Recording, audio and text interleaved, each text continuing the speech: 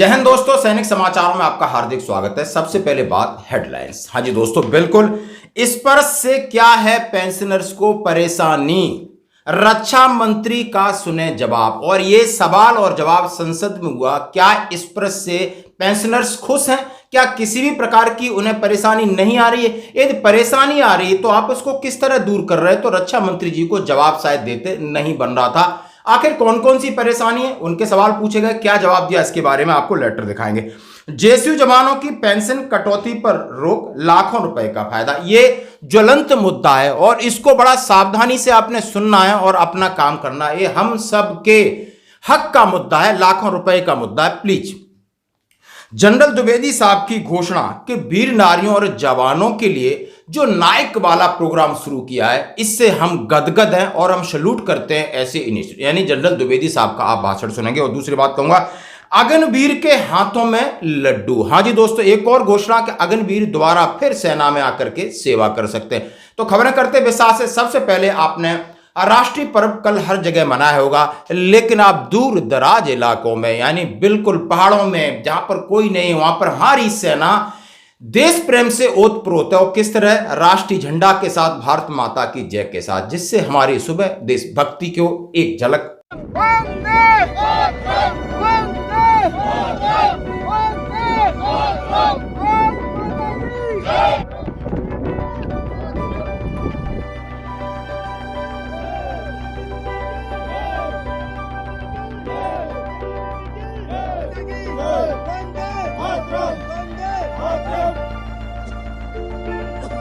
अब करते हैं खबरें विस्तार से। Ministry of defence, department of ex serviceman welfare, Lok Sabha के अंदर सवाल पूछा जाता है कि स्पर्श पेंशन डिसबर्समेंट स्कीम, यानी स्पर्श स्कीम है, इसके बारे में एक सवाल पूछते हैं। और सवाल पूछने वाले हैं श्री अमरिंदर सिंह। उन्होंने, रक्षा मंत्री जी आप ये बताएं कि स्पर्श जब से लागू हुआ है तो कितने लोग स्पर्श में हो गए और कितने बचे हैं? आप ये बताएं कि बहुत सारी प्रॉब्लम उन्होंने कहा है कि आपने देखा होगा OROP-2 की एक किस्त लटकी हुई है, किसी का डॉक्यूमेंटेशन पहले पीपीओ में नाम अब उनका या उनके बच्चों का सही है, डिस्चार्ज बुक में सही है, लेकिन स्पर्श में जैसे ही वो ट्रांसफर हुए हैं तो उनका डाटा पूरा गड़बड़ है। तो कैसे सुधारा जाए?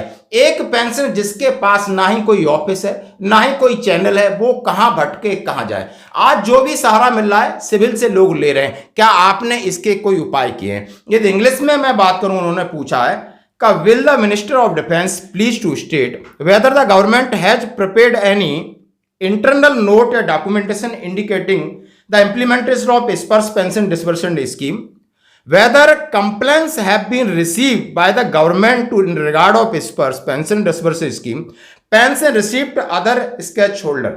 उन्होंने कहा है कि रक्षा मंत्री बताने की कृपा करेंगे क्या आपका इसका जो इम्प्लीमेंटेशन है वो कितना सही है, और ये बताने की कोशिश करेंगे यदि हाँ कि क्या जो पेंशन प्राप्तकर्ताओं को जितनी परेशानी आ रही है, क्या आप उसको निराकरण के लिए कोई उपाय कर रहे हैं? तो जरूर। अब minister of state, the defence minister Shri Sanjay Seth जी ने बोला, स्पर्श रक्षा पेंशन स्वीकृत और एक संवितरण स्कीम लॉन्च है जो डिजिटल प्लेटफॉर्म है।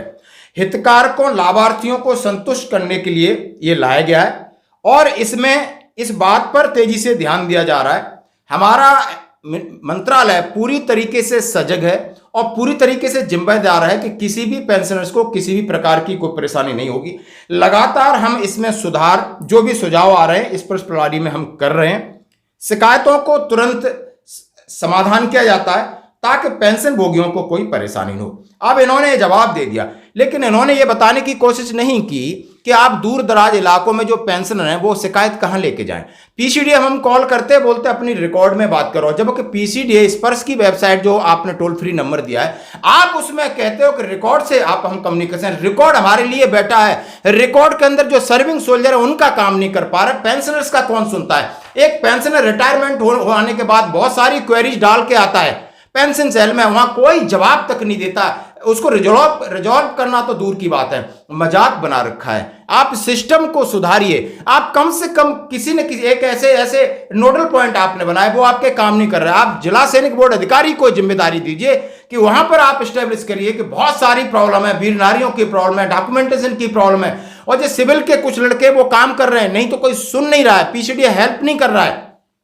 और आप इस तरह का जवाब दे रहे हो तो दोस्तों ये है हकीकत। और ये सवाल बहुत दिन का नहीं है, आप ये 9 अगस्त 2024 को ये सवाल पूछा गया है, आपके सामने मैं ला रहा हूं। आपको जग जाना है, आपको देखना है, यानी आपका जो स्पर्श में है उसको जरूर आप एक बार लॉगिन करें। लॉगिन करने के बाद अपना फैमिली डिटेल जरूर चेक करें, पर्सनल डिटेल चेक करें, खासकर उनका नाम और उसकी स्पेलिंग, उनका डेट ऑफ बर्थ, वाइफ का नहीं, आपके जाने के बाद उनको तकलीफ होगी, बच्चों की कोई बात नहीं, आधार कार्ड, सारी चीज एक बार चेक करें, दुरुस्त करें। बिल्कुल बिल्कुल आपके लिए आज जिला सैनिक बोर्ड इस बात को जिम्मेदार है, पहले एक लेटर निकल चुका है। धन्यवाद दोस्तों, बढ़ते हैं अगली खबर की तरफ। जैसा मैंने आपसे कहा कि जेसू जवानों की पेंशन कटौती पर रोक, एक और 2 दिन पहले एक और वर्डिक्ट आया है, और यह है armed forces tribunal principal bench New Delhi का है, और इसमें RPO Praveen Kumar versus union of India and wars.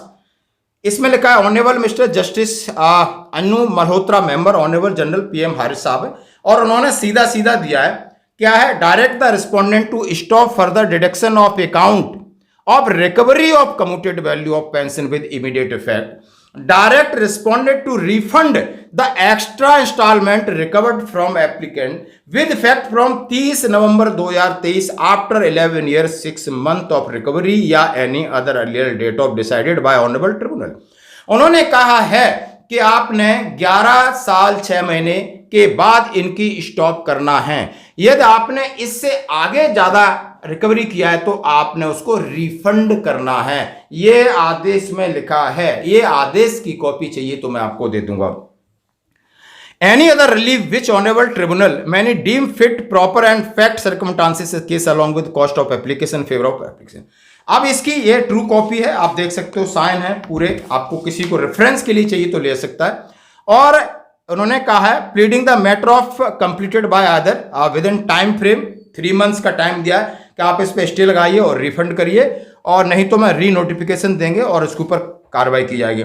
और इसका in the armed forces tribunal principal bench west block R K Puram OA number 2798/2024। और कौन कौन सी पार्टी थी, क्या क्या बनाया है, और नीचे जिस एडवोकेट ने किया उसने अपना स्टैंप और साइन, उसका नंबर दिया गया है। दोस्तों बात बिल्कुल सही है कि केस ये सामने है और सबके पास ये पहुंच गई है। अब बात आती है कि इंडिविजुअल केस करना पड़ेगा। अब इंडिविजुअल केस करना पड़ेगा तो अब इंडिविजुअल की मर्जी, वो कहां एएफटी में केस करना पड़ेगा, ये भी बात सही है, फौज में।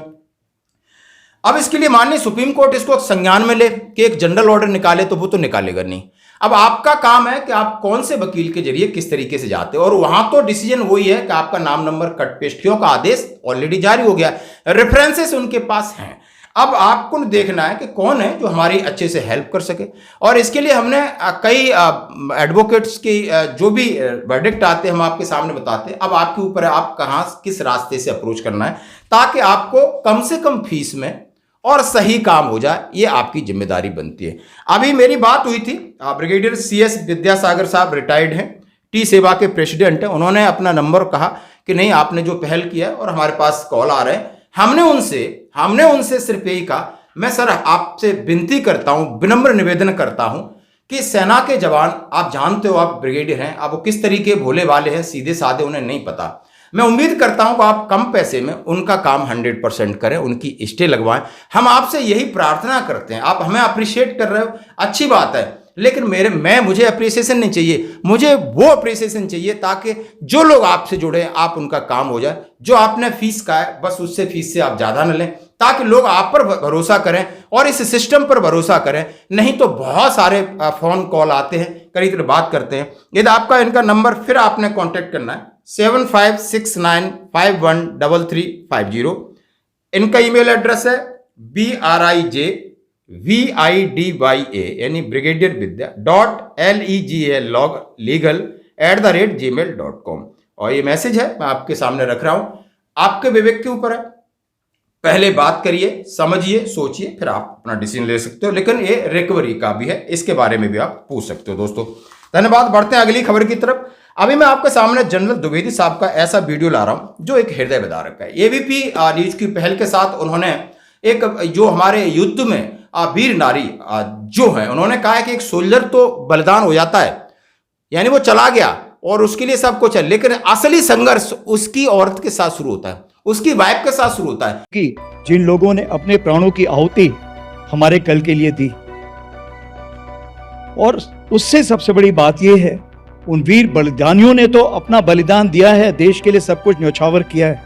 कि उन परिवारजनों ने इस विरह की वक्त में पूरे अपना सेक्रीफाइस करके, अपना सब कुछ न्यौछावर करके कैसे पूरे परिवार को इकट्ठा किया और निस्वार्थ एक नेतृत्व प्रदान किया कि कैसे पूरे परिवार को मैंने आगे ले जाना है।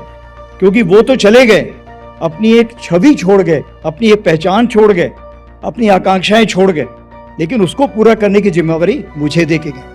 तो ये जो वीर नारियों ने जो ये कर्तव्य संभाला है और ये जिम्मेवारी संभाली है, उसके लिए हम सब नतमस्तक हैं। समाज में रहना और समाज में छोटे छोटे बच्चों को पालना, उन्हें कामयाब बनाना बहुत मुश्किल है।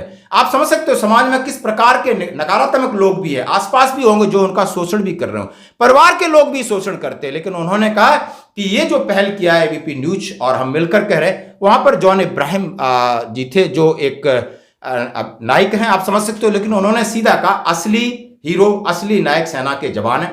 आप इसकी एक झलक दे सकते हैं ताकि ये फंडिंग की जाए, उनके बच्चों को शिक्षा मिले, चिकित्सा मिले और रोजगार मिले। यानी जो शहीद हुआ है उसको वरीयता, उसको रिजर्वेशन मिलना बहुत जरूरी है। किसी में भी न उसकी न कोई जाति है, न उसका कोई, मैं बोला राष्ट्र धर्म में यदि कोई विधवा है और उसका बच्चा है तो उसको रिजर्वेशन सबसे पहले मिलना चाहिए। आपकी क्या राय, इस पर जरूर कमेंट्स करें। अंत में मैं बात करता हूं अग्निवीर के मामले में। जैसे निकल के मैंने कहा है कि अग्निवीर ये सरकार के बहुत चहेते हैं, ये दिल आंखों के तारे बन गए क्योंकि इनके लिए सब चीज है। तो ये पहले जो अग्निवीर लॉट है ना, इतना आप दे दोगे तो शायद मुझे लगता है कोई अब सेना में नहीं रहेगा। 25% रहने वाले भी बोलेंगे चलो हम बाहर चलते हैं, क्योंकि सरकार कह रही है अग्निवीरों के लिए खुशखबरी। इसके अलावा अग्निवीरों के लिए एक और खुशखबरी, रक्षा मंत्रालय को इस साल शुरुआत में सुझाव मिले कि अग्निवीरों का सेवा काल समाप्त होने के बाद भी आपातकालीन परिस्थितियों में पुनः इनका उपयोग किया जा सकता है। इन सुझावों पर विचार चल रहा है। 2026 से पहले इस संबंध में निर्णय लिया जाना बाकी है, क्योंकि उसी दौरान अग्निवीर के पहले बैच का कार्यकाल समाप्त होगा। जैसे ही पहले बैच का कार्यकाल समाप्त होगा तो आप देख लेना भगदड़ मच जाएगी। मुझे लग रहा है यूनिट के आरपी गेट के ऊपर कंपनियां टेंट और सामियाने लगा के बैठ जाएंगी। और पैरामिलिट्री फोर्सेस के लिए जाओ, उन्होंने आपको 10% रिजर्वेशन दे दिया है। स्टेट पुलिस जाओ, जहां ये वर्तमान गवर्नमेंट की स्टेट गवर्नमेंट है वो, यानी उनको नौकरी की कोई तकलीफ नहीं। इसलिए भाई अपना स्वास्थ्य सही रखना, फिजिकल फिट अपना रखना। और आपके लिए जैसे कहा है कि फिलहाल वर्तमान नियमों के अनुसार 4 साल की सेवा के बाद जो भी अग्निवीर जाएंगे, सेवा समाप्ति में अधिकांश अग्निवीरों की उम्र 25 साल होगी। पुलिस में पूरा मौका, अर्धसैनिक बलों में, राज्य सेवाओं में रोजगार के अवसर उपलब्ध हों, इनके लिए भी आपातकालीन महत्व बना रखा है। और दूसरे भी कॉर्पोरेट सेक्टर भी उनके साथ लगे हुए। तो भाई आपकी बल्ले बल्ले, आपको शुभकामनाएं, आपके ऊपर सरकार मेहरबान है, आप सरकार के आंखों के तारे। धन्यवाद दोस्तों।